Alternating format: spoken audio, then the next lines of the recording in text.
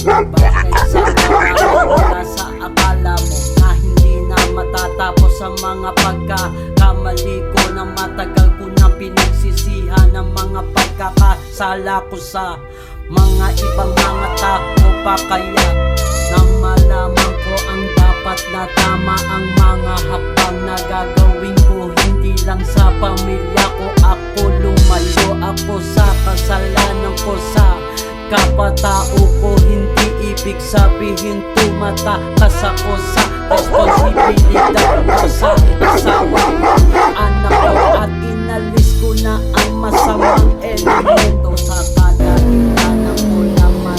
Tama man ang aking gagawin, di maiaalis sa mga tao nakakakilala sa akin na ang lahat ng mga taong pumanig sa tama. Bakit di nagmula sa wala hanggang ngayon wala pa rin lubos na maipapakita na kaliwanagan ng isipan ko? Sanan ako akayin dahil ng pagkakataon ko na lubos na higit pa sa akin na buong akala ko na hindi ko na makikita ang dapat na makita ko. Yan ang mga lapat ko kumang para pagkakaroon ang makakailan ang dinanas ng mga tunay na makata. Hindi ka makukuha at hindi nakukuha lang yan ng ganyan lang, at kailangan mo na may puhunan ka bago ka kumita ng limpak na pera, sapagkat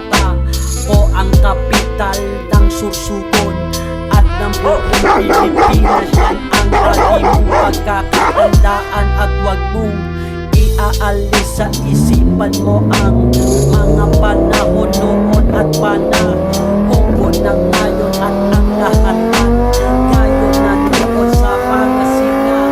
Sabi ko sa pagkakyak ko ng mga entablado, pasilabong palakpakan ng lagi narinig kasama ko ang maginahon at asawa ko. Kahit na ganon na literal pa rin ang mga pagkakataong ko, nasa sarili ko pala kahit na ako ay hirap. Eto pa rin ako at tuloy siya nangarap, at di naman talaga masamang mangarap na kumapit ng mikropono, sapagkat ang lahat ng mga tao ay nakasubaybay at nakagabay sa akin, sapagkat di ko kinalimutan tumawag sa Panginoong Diyos Ama na may likha na lahat ng ito, at ang kanyang bugtong na anak na si Heso Kristo, at ang sala Mariang Biren. At kaya eto ako patuloy-tuloy na gumagawa ng mga kanta ko na nanggagaling dito